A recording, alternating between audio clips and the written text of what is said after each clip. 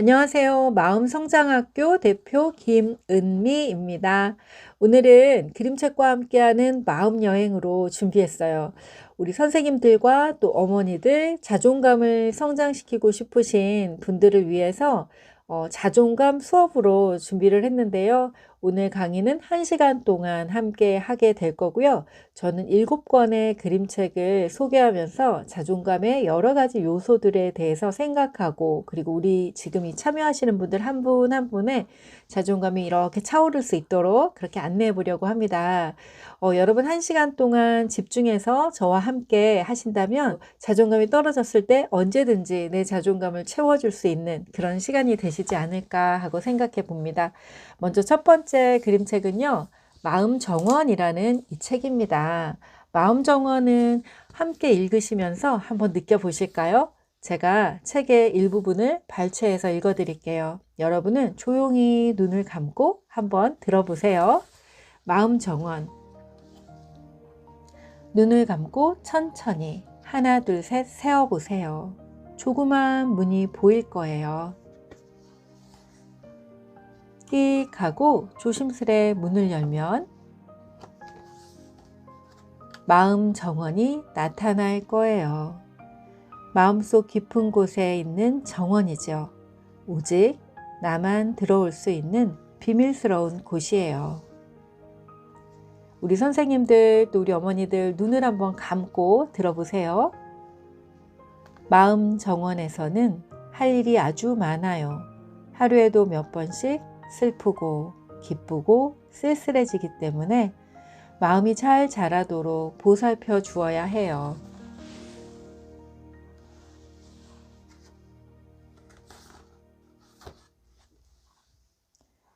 마음이 잘 자라기 위해서는 따뜻한 정성과 간절한 희망이 필요해요. 날마다 정원 곳곳에 정성과 희망을 흠뻑 뿌려주세요.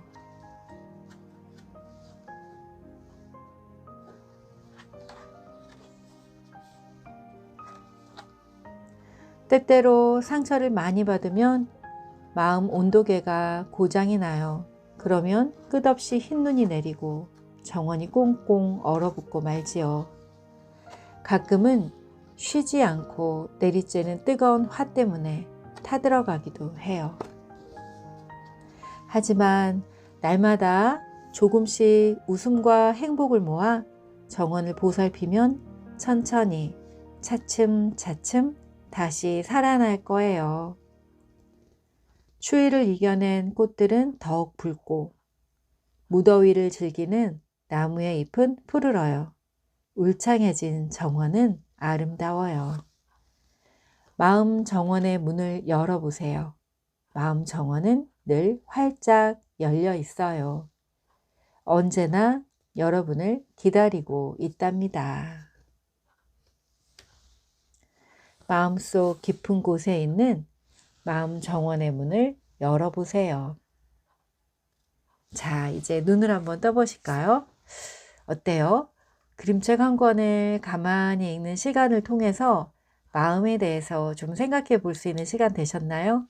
우리가 마음 챙김 명상이라고 하죠? 마음을 챙김할 수 있는 그런 시간을 가끔씩 갖는 게 정말 중요합니다. 하루에 한 번, 나 자신과 깊이 연결되는 시간은 보다 건강하고 온전한 삶을 살아갈 수 있게 안내하니까요. 우리 선생님들이나 우리 어머니들 아침에 막 분주하게 또 일과가 끝나는 그 시간에 잠시 나만의 공간 안에서 눈을 감고 깊은 심호흡을 들이셨다 내셨다 이렇게 집중하시면서 나 자신과 깊이 연결되는 시간을 한번 가져보시길 바랍니다.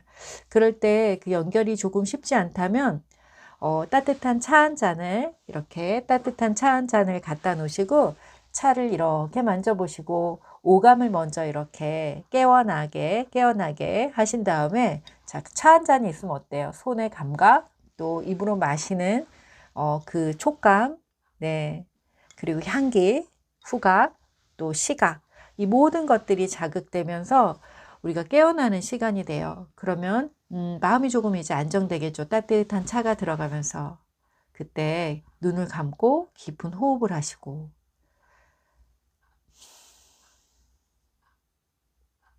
나 자신과 연결되는 시간을 꼭 한번 가져보세요. 삶이 많이 달라지실 겁니다. 그리고 눈을 뜨고 또 이 책을 읽어보시거나 이런 책이 있으시면 조용히 읽으신 다음에 또 눈을 감고 명상의 시간을 가져보시면 좋겠어요. 자, 오늘 우리가 하는 것은 그림책을 통해서 마음을 들여다보는 거잖아요. 그래서 그림책을 잘 보는 방법이 여러 가지가 있는데요. 오늘 제가 안내해드리는 그림책 심리 코칭의 원리는 마음성장학교에서 사용하고 있는 원리입니다. 동일시, 카타르시스, 통찰, 실행 이렇게 4단계인데요. 동일시, 카타르시스, 그 다음 뭐죠? 통찰, 그리고 실행 4가지예요. 자, 동일시는 뭐냐면 우리가 이 그림책을 이제 읽을 건데요. 두 번째 그림책은 나와 나라는 이 그림책이에요. 이 그림책을 읽으면서 나와 비슷한 등장인물은 누굴까? 라고 생각을 하는 거예요. 이 책은 나와 나니까 그냥 이 나가 바로 하나예요. 그래서 얘랑 나는 어떤 점이 닮았을까?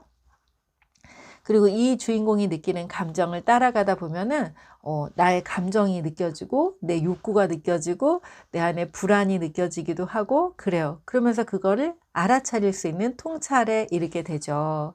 통찰하게 되면은 나도 그랬어. 나도 이랬구나 라고 알게 되면 우리는 내 삶을 재조직화할 수 있는 능력이 생겨요. 이제 이렇게 살면 안 되겠어. 뭔가 변화가 필요해. 이렇게요. 그러면 이제 코칭이 필요한 순간이죠. 변화? 그래? 그럼 언제부터 알지? 누구랑 함께 하지? 어떻게 하지? 그 변화가 일어나면 나는 어떻게 바뀔까? 이런 상상을 하면서 코칭을 하면 되는 거예요. 그리고 이제 실행을 해서 삶을 변화시킬 수 있게 되는 거죠. 그래서 그림책 심리 코칭은 무언가를 보고 이런 메타포죠. 이 그림책의 메타포를 보고 나를 들여다보고 내가 나의 변화될 지점을 찾아서 스스로 변화될 수 있게까지 안내하는 정말 멋진 도구랍니다. 여러분은 자존감에 대해서 어떻게 생각하세요? 어떻게 알고 계세요? 네, 자기 스스로 내가 얼마나 괜찮은 사람인지, 존중받아 마땅한 사람인지에 대해서 아는 것이죠? 네, 맞습니다. 자존감의 6기둥이라고 하는 아주 훌륭한 책이 있어요. 그 책에서 저자는 이렇게 얘기하고 있어요. 자존감이란 인간의 타고난 권리다. 인간이 타고날 때부터 가지고 난 권리가 바로 자존감이래요. 우리는 모두 존중받아 마땅하니까요. 자, 두 번째는요. 자기 정신에 대한 신뢰. 내가 나를 깊이 신뢰하면 신뢰할수록 우리는 자존감이 이렇게 높아지는 거예요. 자, 자존감이 낮은 사람들은 사실은 자기가 자기 자신에 대한 신뢰가 별로 없어요. 내 내면의 소리를 믿지 못하고 자기 자신을 잘 믿지 못하거든요. 자, 그리고 세 번째는요. 자신이 행복을 누릴 만한 사람이라는 것을 안다는 거예요. 내가 행복을 누릴 만한 사람이야. 그래서 내가 행복하지 않을 때는 내가 왜 이렇게 살면 안 되는데 라고 바로 알아차리고 나는 행복한 삶을 살아가도록 방향을 전환할 줄 아는 사람인 거죠. 그리고 자기 자신에 대해서 단순한 판단이나 어떤 감정을 넘어서서 내 안에 깊은 곳에 있는 어떤 힘, 그것이 바로 자존감이라고 얘기하고 있습니다. 자, 자존감이 뭔지 뭔가 한마디로 여러분만의 정의를 한번 또 내려보시면 좋겠어요. 그래서 이렇게 스스로 행복해야 마땅한 사람, 존중받아 마땅한 사람이라는 그런 어떤 자신 내면의 힘을 확인하게 되면 자존감이 높아지는데 내가 자존감이 높을수록 더 행복한 삶을 살 수가 있어요. 네. 그래서 자존감의 수준은 직장에서 일하는 방식, 또 사람들을 만나는 방식, 사람들을 대하는 방식, 또 어떤 발전이나 성취를 이렇게 목표를 자기가 정할 때 그 성취의 정도, 그리고 사랑에 빠지는 대상까지도 달라진대요. 자존감이 낮은 사람들은 그와 비슷한 수준의 대상을 만나게 돼요. 사랑하는 사람을. 그래서 우리가 자존감이 높아지면 헤어지게 될 수도 있는 거죠. 네, 너무 달라서. 그리고 배우자, 자녀, 그리고 친구들과의 말하는 방식, 소통 방식도 굉장히 차이가 납니다. 그리고 결정적으로 이와 같은 모든 것들을 통해서 인생을 살아가는데 행복을 느끼는 정도가 또 달라진다고 해요. 자존감의 수준이 삶의 모든 부분에 걸쳐서 영향을 줍니다. 어둠은 어둠을, 빛은 빛을 끌어당긴다고 하죠. 여러분이 높은 자존감으로 성장할 때 우리 선생님들 또 우리 어머니들이 있는 그 공간이 밝아지고, 그리고 우리 아이들, 우리 학생들이 아주 밝고 자존감이 충만한 그런 아이들로 자라게 될 거예요. 엄마와 선생님의 자존감이 가족 모두 그리고 학급의 자존감을 결정한다. 기억하시고요. 나랑 나라는 책을 한번 읽어보겠습니다. 이 책은 그림을 조금 한번 보여드릴까요? 자, 그림이 이렇게 나와요. 아침이다. 아침이다. 얼른 일어나 옷 갈아입어야지. 하지만 사실은 조금 더 누워있고 싶다고 생각했어. 쓰레기 좀 버려줄래? 네, 엄마를 도울 수 있어서 정말 행복해.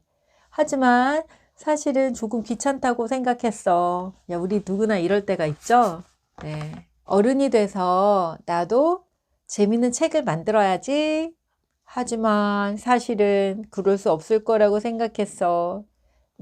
나는 그림도 못 그리고 글도 잘 못 쓰니까. 네, 이렇게 생각할 수 있어요. 그죠? 네, 이제 제가 여기 놓고 읽을게요. 그림이 이런 풍이에요. 자, 길을 가다가 할아버지를 만났어요. 할아버지가 많이 컸구나 이렇게 얘기해요. 네, 하지만 사실은 조금밖에 안 컸다고 생각했어.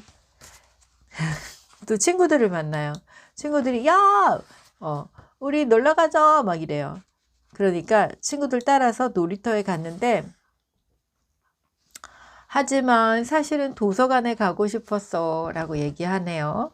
네, 어때요? 이 친구처럼 이렇게 속에 있는 생각과 전혀 다른 말을 해본 적이 여러 번 있으시죠? 네. 그런데 친구들하고 놀이터 가서 막 놀다 보니까 재밌는 거예요. 와, 재밌다. 공원에 오길 정말 잘했어. 라고 생각했어요. 그러고 보니까 기분이 바뀌었네. 친구들이랑 놀다 보니까 기분이 바뀌었네. 다른 애들은 어떨까? 다른 애들이 어떻게 생각하는지 궁금했어요. 나만 이렇게 두 가지 생각들이 자꾸 나는 건가? 다른 친구들 어떤가? 근데 다른 친구들도 어때요? 다른 친구들도 사실은 축구가 하고 싶었어. 놀이터 오고 싶었던 게 아니야. 나는 또 어디 갈까? 난 또 놀러 갈 때가 또 있으면 좋겠어. 배고파. 집에 갈래? 이렇게 친구들도 모두 다 각자 다른 생각을 하고 있는지도 모르겠어 라고 이 친구가 생각을 해요. 그리고 스스로 이런 생각을 한 자기를 칭찬합니다. 그래, 나처럼 다른 친구들도 여러 가지 생각을 하거나 느끼고 있구나. 이걸 깨달은 나는 정말 대단해. 이렇게 해요. 그래요. 여러분, 깨달음이야말로 정말 대단한 거예요. 많은 사람들이 와, 나는 왜 이렇게 두 가지 생각, 세 가지 생각으로 힘들어하고 있는 걸까? 라고 스스로를 자책하기도 하는데요. 그렇게 하지 마시고 이렇게 하는 거예요. 이제부터는. 만약에 여러분이 난 너무 자존감이 낮은 것 같아 라고 한다면 그것이야말로 대단한 깨달음, 알아차림이에요. 내가 나 스스로 자존감이 낮다고 생각하는구나. 내 안에는 두 개의 내가 있어서 서로 다른 생각을 하고 있구나. 이것이 정말 큰 깨달음이에요. 자, 깨달음을 느낄 수 있다는 건 어때요? 조금 전에 이 친구가 이런 얘기하죠. 와, 이런 걸 알고 있다니 난 참 대단해 라고 얘기하죠. 네, 모든 사람이 그렇게 깨닫는 건 아니거든요. 그래서 자기를 성찰할 수 있는 능력이 있는 것, 내가 지금 어떤 상태인지 말로 고백할 수 있고 또 알아차리는 것, 그것이 정말 내가 성장할 수 있는 첫 번째예요. 우리가 어디에 서 있는지를 알아야 어디로 갈지를 알게 되잖아요. 네, 그래서 내가 지금 어때? 내 안에 지금 두 개의 소리가 들려. 내가 좀 혼란스러워. 내 자존감이 많이 낮아진 것 같아. 이걸 아는 것, 거기서부터가 시작이다. 이렇게 얘기를 드리고 싶습니다. 자, 정리 한번 해볼까요? 자존감이 높아지면 스스로 필요한 것을 선택할 수 있어요. 우리 이 나랑 나에 나오는 친구처럼 다른 사람들의 말이나 다른 사람들의 선택에 그냥 따라가기보다는 내면의 소리에 계속 귀를 기울이고 나 자신과 셀프톡을 하다 보면 지금은 이걸 하고 싶어. 그래, 난 이걸 선택할 거야 하고 스스로 선택할 수 있게 돼요. 그리고 두 번째는 다른 사람의 눈치를 잘 보지 않아요. 눈치 안 보고 원하는 게 있을 때 당당하게 말할 수 있게 됩니다. 네. 그리고 나와 다른 사람은 다를 수 있다. 우리는 서로 모두 다르다라는 걸 머리로만 아는 게 아니라 가슴으로 알아서 우리는 서로 다를 수 있어. 다른 게 뭐 어때? 그래서 네, 다른 것을 다 인정할 수 있는 그런 사람이 된다는 거죠. 아이가 말을 듣지 않는다고 너무 힘들어하거나 고민하지 않게 되겠죠? 왜요? 엄마와 아이는 다를 수 있으니까요. 자, 세 번째 책은요, 이제, 내 머리 만지지 마세요 라는 이 책이에요. 너무 귀엽죠? 손이 막 있어서 이 손들이 모두 지금 이 아리라는 친구의 머리를 막 만지려고 하는 거예요. 여러분 어때요? 만져보고 싶으신가요? 네. 아리의 머리가 굉장히 풍성해요.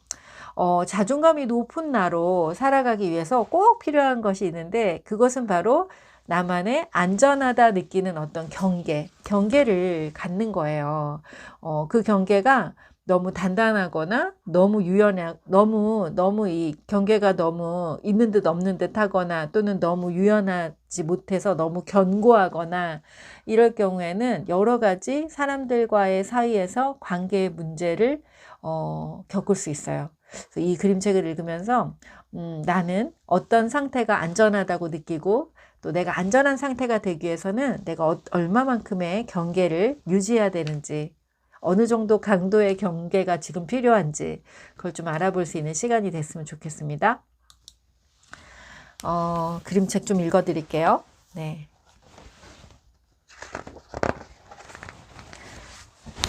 내 이름은 아리야. 이건 내 머리야. 뭐 랩 같죠? 아리야, 머리야. 이렇게 랩이에요. 네.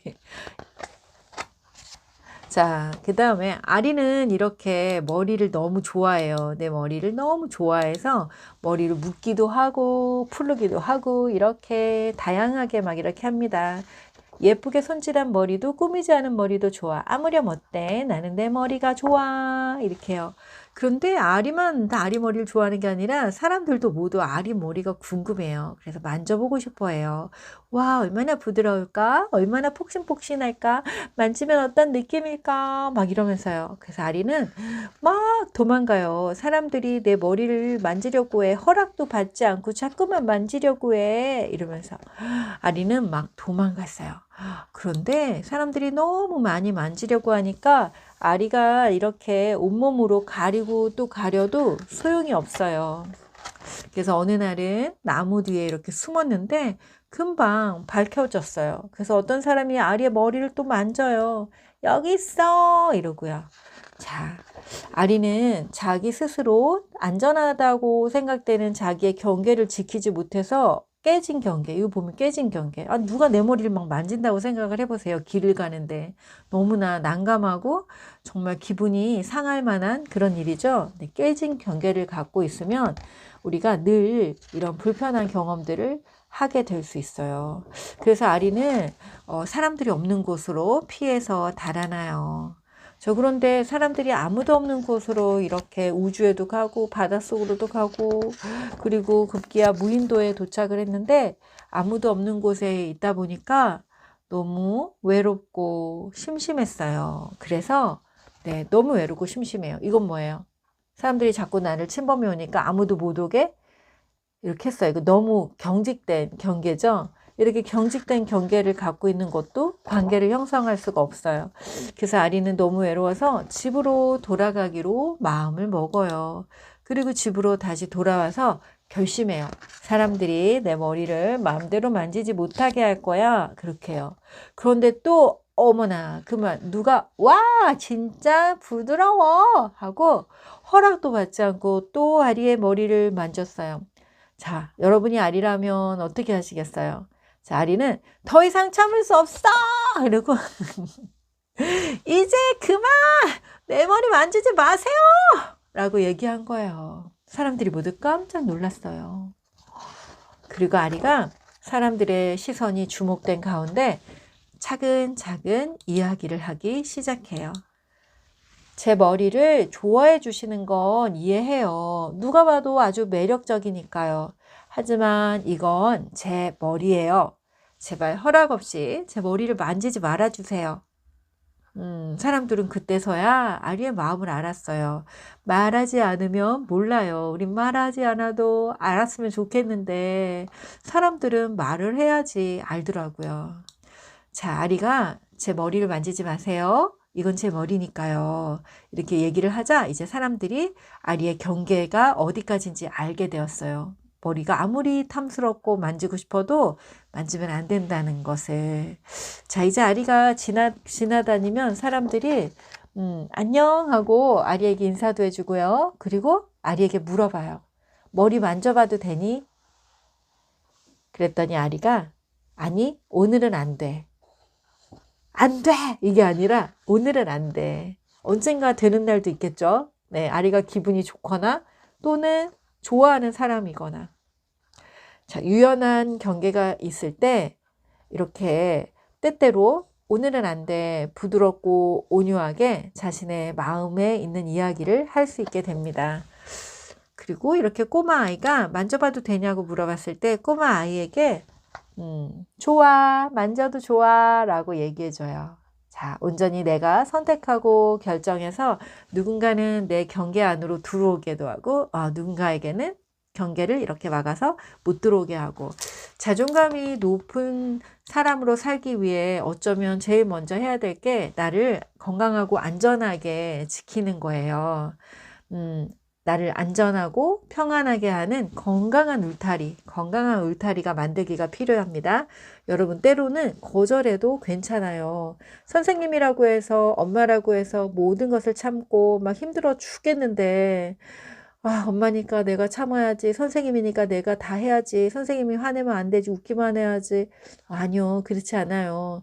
아이들에게도 건강한 울타리에 대해서 알려주시고 다른 사람들에게 함부로 무언가를 요구하거나 함부로 다른 사람에게 막 함부로 그 경계를 들어가가지고 막 몸을 만진다거나 머리를 막 잡아당긴다거나 이런 아이들이 있을 때 그것에 대해서 명확하게 얘기를 해줘야 돼요. 이것은 옳지 않고 선생님은 그런 걸 좋아하지 않아. 이렇게 해서 부드럽고 온유하게 오늘은 안 돼 라고 얘기했던 아리처럼 그렇게 나의 경계 어느 정도 수준까지 지켜줘야 내가 안전하고 편안하다고 느끼는지 우리 선생님들의 경계를 잘 지키시길 바랍니다. 자존감에 대해서 아까 우리 알아봤는데 자존감을 이루는 심리적인 요소가 있어요. 3가지인데요. 하나는 자기 효능감, 그리고 자기 조절감, 자기 안정감이에요. 자기 효능감은 내가 쓸만한 존재인가, 내가 가치로운 존재인가, 내가 다른 사람들에게 도움을 주고 있는가, 뭐 이런 자기 효능감이라고 할 수 있고요. 그 다음에 자기 조절감은 내가 나의 이 오감각, 나의 욕구 이런 것들을 채워주면서 살고 있는지 내가 오늘 내가 살고 싶은 대로 원하는 대로 살고 있는가 이런 것들이 다 채워지면 우리 조절감이 잘 채워집니다. 그 다음에 내가 안전한가 라는 거예요. 언제 여러분은 안전하다고 느끼세요? 요즘 안전하신가요? 네, 많은 사람들이 실업이나 또는 또 여러 가지 그 코로나 이런 걸로부터 안전을 못 느끼는 사람들도 많이 계시더라고요, 실제로. 그리고 또 이제 가정에 어떤 위기가 찾아온다거나 관계가 많이 어렵다거나 이러면 사람들은 그 안정감이 깨지기 시작해요. 그래서 자존감이 높은 사람으로 살기 위해서는 내가 사회적으로 그리고 자기의 존재가 쓸만하고 그 다음에 어떤 가치 있는 존재라는 느낌 하나, 그 다음 2번째는 내가 나의 여러 가지 욕구와 감각들을 채워주면서 살고 있는 것, 그리고 3번째는 내가 안전하게 살고 있는 이 3가지의 감각들, 자기 효능감, 자기 조절감, 자기 안정감, 이 3가지가 잘 채워졌을 때 사람은 자존감이 높은 사람으로 살아갈 수 있게 돼요. 제가 생각하는 자존감이 높은 사람은 마치 꽃 같은 사람인데요. 꽃처럼 부드럽고 그리고 향기롭고 그리고 아무 말도 하지 않지만 사람들을 끌어당기고 그리고 사람들에게 미소 짓게 하고 행복하게 만들어주는 존재, 자존감이 높은 존재의 모습이에요. 제가 생각하는 모습입니다. 부드럽고 온유하고 아름다운 존재요. 오늘 소개할 이 책은 씩씩한 꽃이라는 책인데 이 책에 나오는 이 토끼가 저는 그 자존감이 높은 존재, 제가 아까 말한 꽃 같은 존재 있죠? 부드럽고 온유한, 그리고 용기 있고, 그리고 분별력이 있고, 네, 좋은 거 다 있어요. 자, 그런 존재가 아닐까라는 생각을 했어요. 만약에 자존감이 높고, 그리고 안정애착, 부모님과의 관계가 어렸을 때 좋아서 안정애착을 가진 그런 사람이 있다면 바로 이 토끼, 이름이 소소예요. 소소라는 이 토끼 같지 않을까? 이런 생각을 해봅니다. 소소는 책이 너무 예쁘지 않아요, 이거? 네. 너무 예쁘죠? 손바닥 요만한 책이에요. 네. 이 소소 책을 제가 좀 읽어드릴게요. 주미경 그림은 L이라는 분이 그리셨네요. 씩씩한 꽃이에요. 제목이 씩씩한 꽃. 글씨가 작아서 이거 그림 보여드리면 제 글씨가 안 보이고 막 난감한 상황이네요. 네, 그림 잠깐 이렇게 보세요. 눈 속에 피는 꽃이 있을까? 이렇게 추운데 꽃이 어떻게 피니? 맞아. 그런 씩씩한 꽃은 없어. 없어? 아냐, 있을 거야. 내가 찾아올게. 아기 토끼 소소가 씩씩한 꽃을 찾으러 가요. 안정애착을 가진 사람들, 자존감이 높은 사람들은 다른 사람들이 함께하지 않아도 혼자서 하고 싶은 일, 또 원하는 일을 향해 이렇게 뚜벅뚜벅 걸어갈 수 있는 힘, 용기가 있습니다. 세상에 대한 호기심도 있고요. 그래서 눈이 덮인 겨울에 소소는 친구들에게 보여줄 씩씩한 꽃을 찾으러 가요. 금방 찾았네. 이렇게요. 찾았다. 빨간 꽃이야. 찾았어. 아니야. 이건 찔레 열매야. 딱새가 말해요. 자존감이 높은 사람은 이런 낯선 친구하고도 두려움 없이 대화를 나눌 수 있어요. 또 찾았어요. 찾았다. 보랏빛 꽃이야. 아니야. 이건 작살나무 열매야. 하나 따줄까? 박새가 말해요. 저도 며칠 전에 요거 너무 예쁜 거 발견해서 사진을 찍어서 제가 유튜브 김은미 TV에 올려놨어요. 바람에 흔들려도 괜찮아 라는 영상으로 1분짜리 바람 불 때 요 잎이 요게 이 열매가 막 이렇게 흔들흔들 하는 걸 제가 찍어서 올려놨거든요. 너무 예뻐서요. 마치 꽃보다 더 예뻤어요. 소소도 그걸 보고 와, 꽃인지 알았어요. 근데 꽃이 아니에요. 이번에는 박새가 알려줬어요. 그리고 또 갔어요. 아무리 둘러봐도 꽃이 보이지 않아요. 겨울에 피는 씩씩한 꽃은 정말 없을까? 이렇게 가고 있는데 톡! 아이고 이게 뭐야? 톡! 하고 떨어졌어요. 빨간 꽃이. 여러분 이게 뭐예요? 아세요? 네, 맞아요. 눈 속에 피는 꽃, 동백이에요. 저 이번 주에 17일 날 네, 선운사 가요. 동백꽃이 네, 피는 선운사 아시죠? 네. 눈물처럼 동백꽃 피는 그곳 말이에요. 그 선운사에 가서 하룻밤을 자고 올 거예요. 얘기가 나온 김에 저 얘기하면 저는 오늘 14일이죠. 네, 15일 날은 광주의 그 우남도서관에서 광주시의 작은 도서관 운영자분들과 함께 그림책 이 마음성장이 그림책 심리코칭 강의를 할 거고요. 15일 날은 광주에 있습니다. 제가. 그 다음에 16일이네요. 16일 날은 선운사. 그리고 17일 날은 거기 어디죠? 순천만. 그 다음에 18일 날은 여수 앞바다 거기 가서 있다가 네 이제 여행하고 그리고 내면의 어떤 덜어낼 것들 이제 올해 1년 정말 열심히 달려왔는데 광주에서 강의가 온 그 감사한 그 여정을 틈타서 여행을 계획했어요. 네, 내년 2022년에 마음성장학교의 여러 가지 비전은 여행 다녀와서 제가 블로그를 통해서 공개하도록 하겠습니다. 또 유튜브를 통해서도 공개하겠습니다. 네, 막간을 이용해서 저의 일정을 소개했어요. 자, 이렇게 동백꽃 저도 보고 오겠습니다. 이 동백꽃이 툭툭 떨어진 거예요. 그런데 우리 소소는요, 이걸 다 주워가지 않고 막 다 따지 않고요, 이 바닥에 떨어진 거 3송이. 딱 3송이만 주었어요. 그리고 친구들이 보면 놀랄 거야. 그 친구들의 선물로 가지고 가는데요. 오, 그만 바람이 불어서 훅 날아갔어요. 이렇게요. 안 돼! 소소가 꽃들을 쫓아갔어요. 그런데 여우 엄마를 만났어요. 여우 엄마가 꽃송이 하나가 여우 엄마 앞에 딱 떨어졌는데 여우 엄마가 이게 뭐지? 물어봐요. 여우 엄마랑 여우 아기랑 같이 있어요. 여우 엄마가 이게 뭐지? 씩씩한 꽃이에요. 소소가 말해요. 우리 아기에게 보여주고 싶구나. 우리 아기도 씩씩하게 자랐으면 좋겠어. 소소는 엄마 여우에게 꽃을 주어요. 이렇게 두 손으로 공손하게 줘요. 소소가. 네. 그리고 다른 꽃이 또 가져가는데 다른 꽃 하나는 이렇게 작은 어린 나무 위에 떨어졌어요.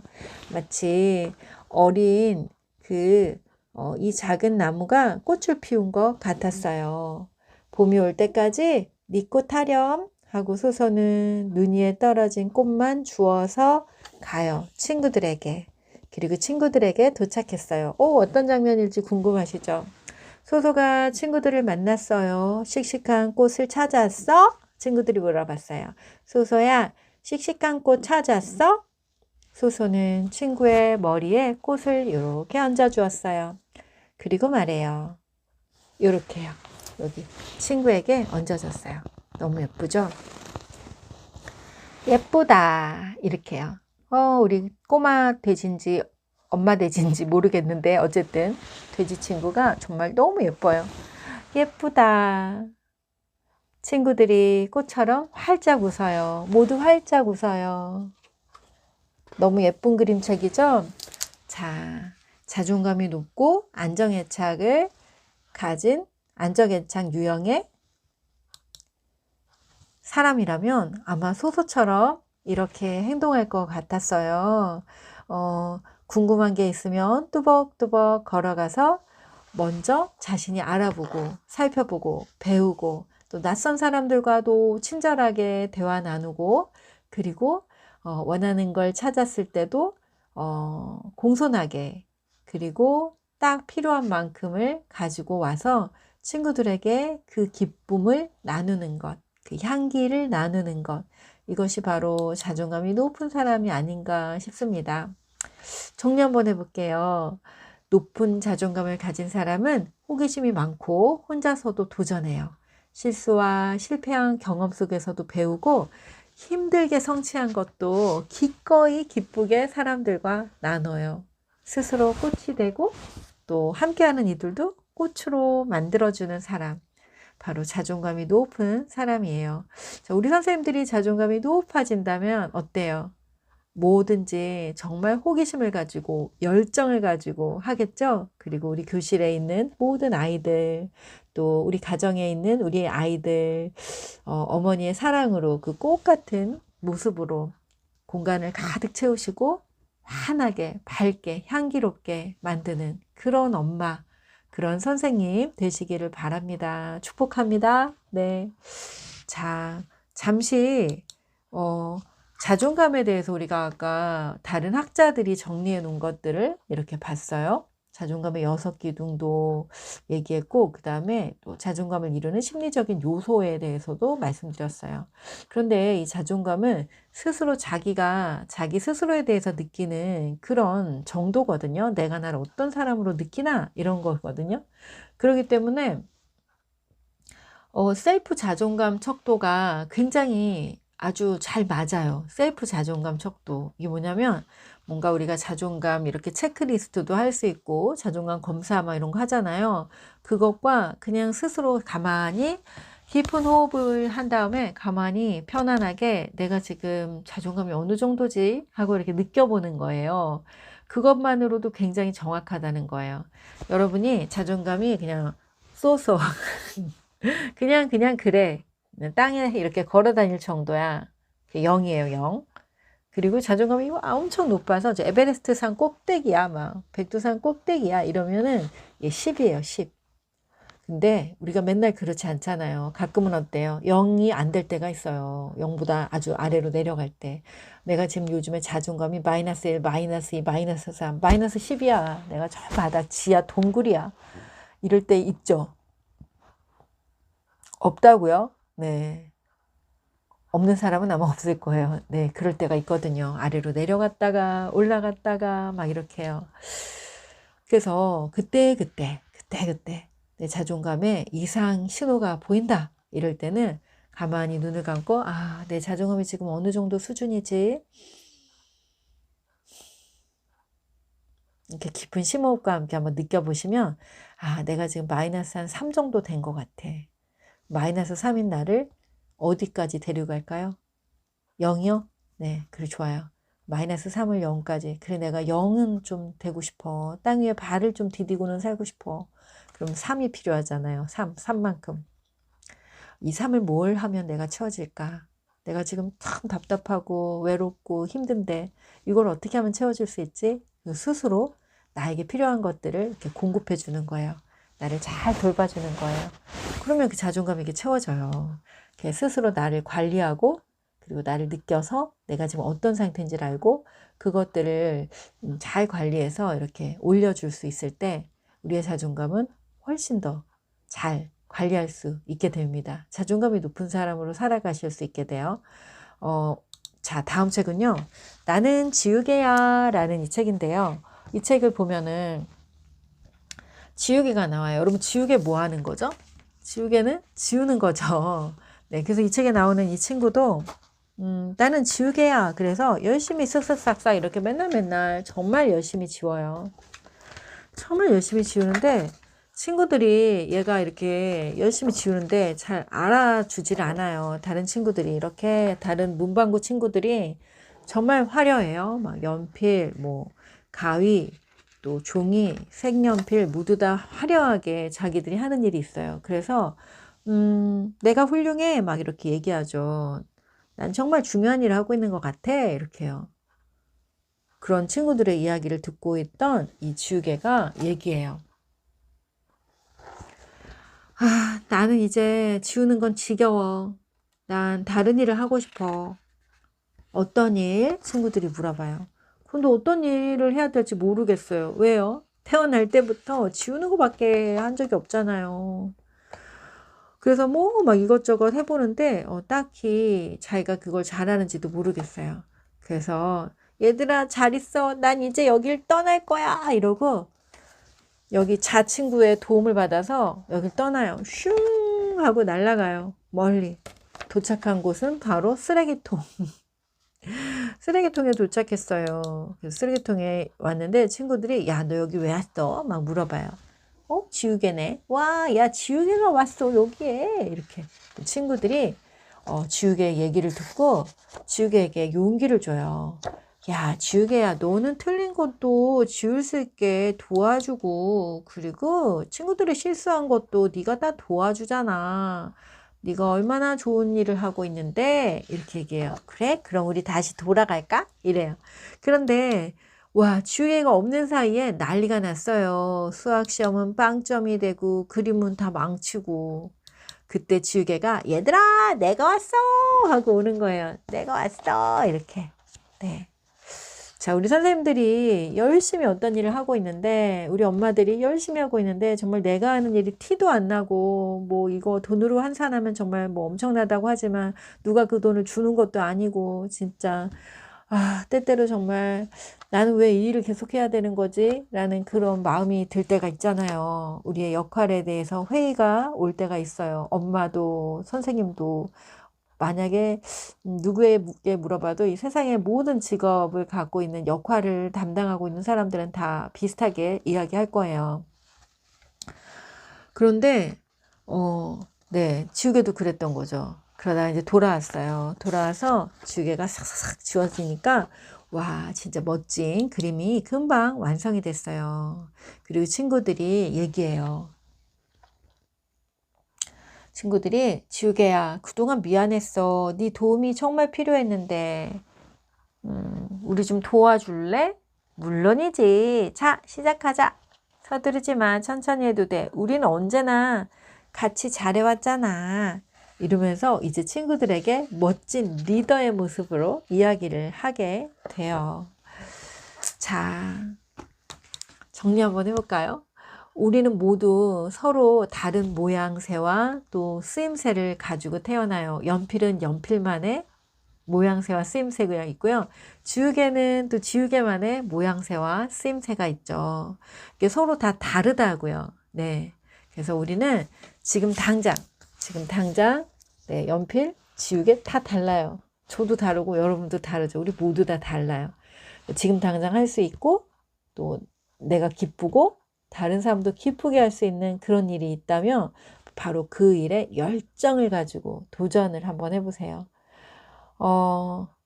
내가 지금 하는 일은 아무나 다 할 수 있는 일이고 그렇게 중요한 일이 아닌 것 같아 라는 생각이 때때로 들 때라도 그 중요하지 않다고 생각하는 일을 정말 감동적인 수준에까지 이르도록 한번 해보세요. 그럼 어떻게 되는지 아세요? 어떤 일이 그 경계에 다다를 정도로 꽉 차게 잘하게 되면 그 경계 너머로 넘쳐나게 돼요. 여러분은 아마 다른 일을 하거나 더 좋은 일을 하거나 뭐 이렇게 승진이 되거나 네, 어떤 좋은 일이 일어날 거예요. 어쨌든 지금 내가 있는 곳에서 정말 최선을 다해서 넘치도록 정말 감동받도록 그 구성원들 모두가 선생님들을 보면 엄마를 보면 감동받을 정도로 그 일에 한번 열정을 갖고 몰입해 보세요.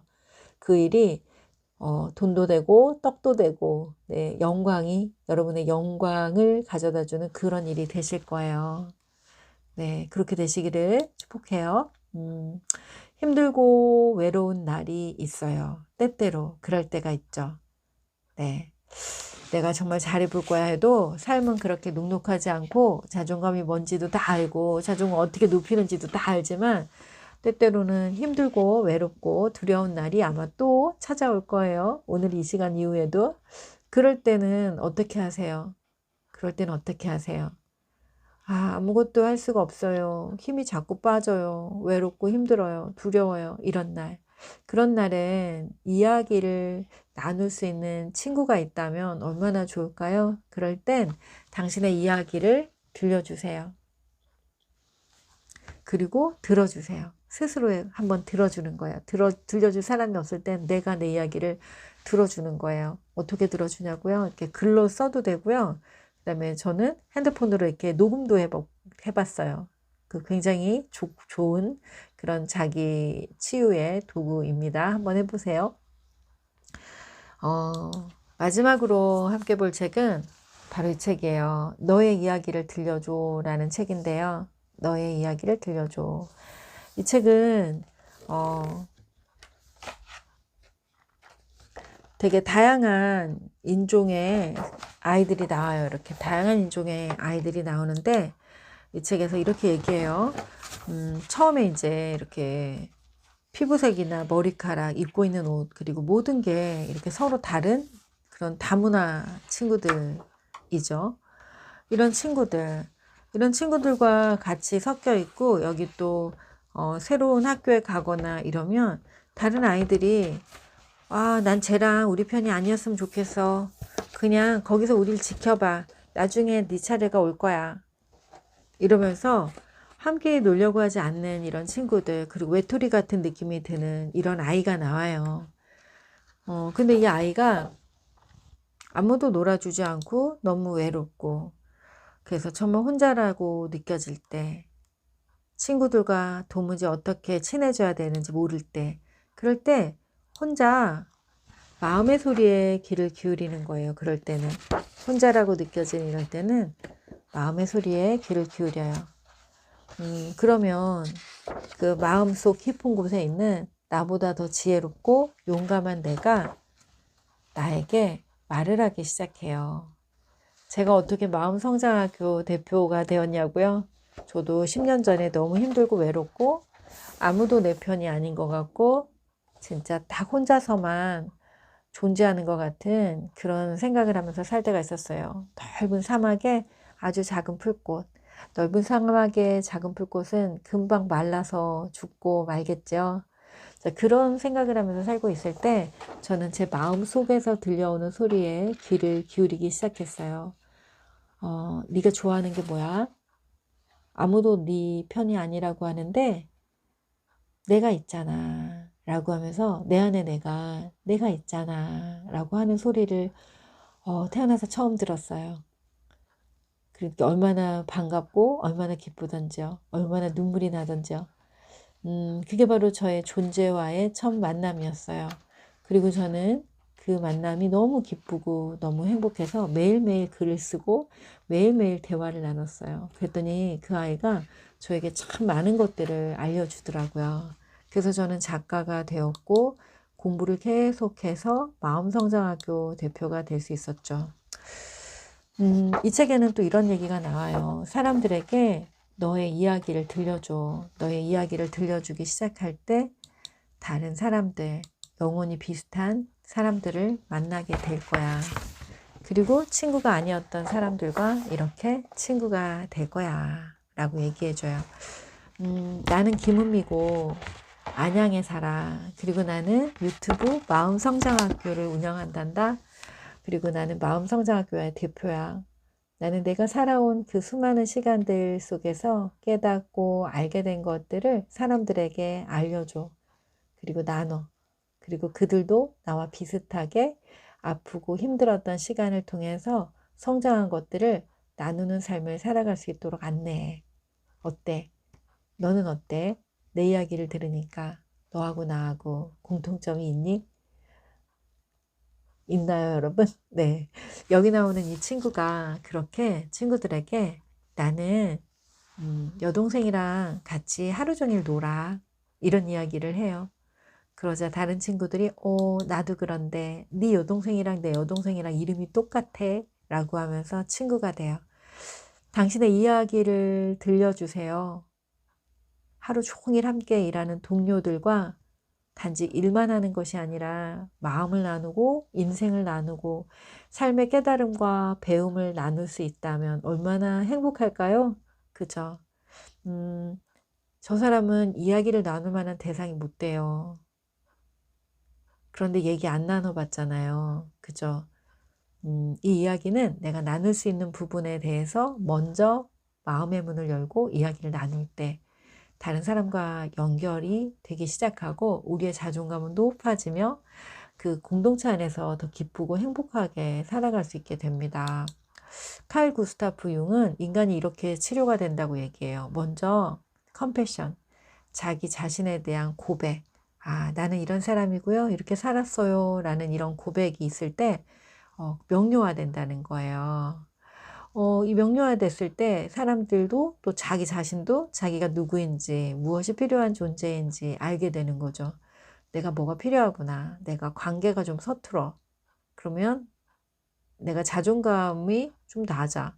나를 잘 돌보지 못하는 것 같아. 그러면 나를 잘 돌보는 연습을 공부할 수 있죠. 또 관계가 좀 어렵다면 관계를 좋게 하는 방법을 또 연습할 수 있죠.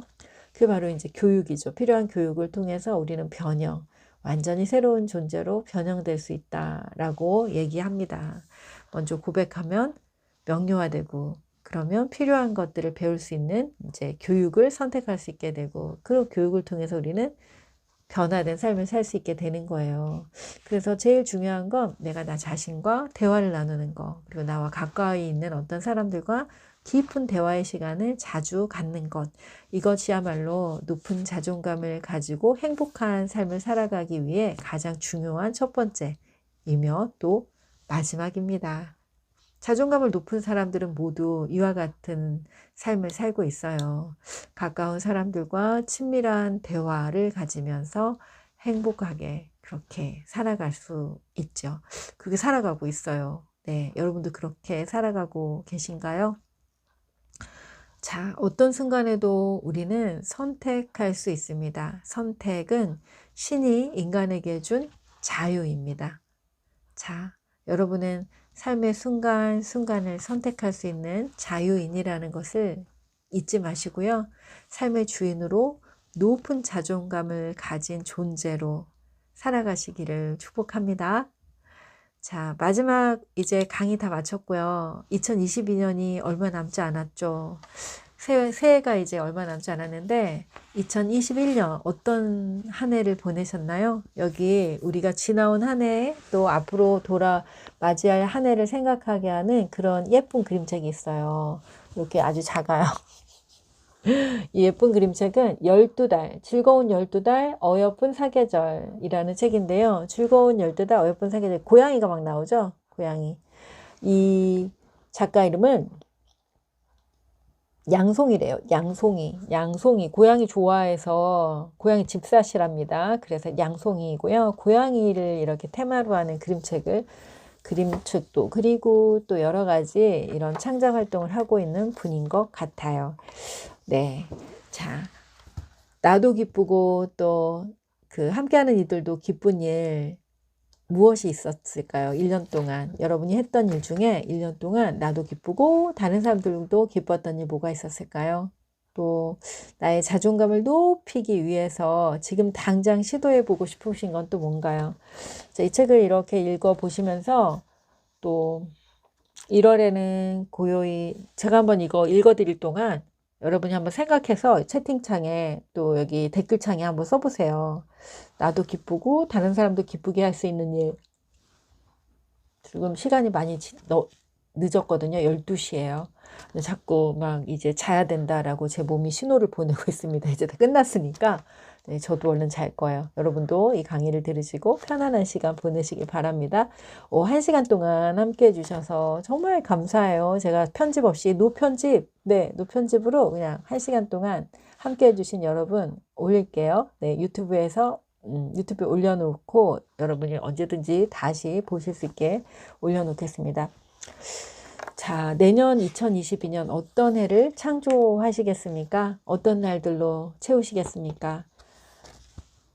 1월에는 고요히 새해 소망을 빌어요.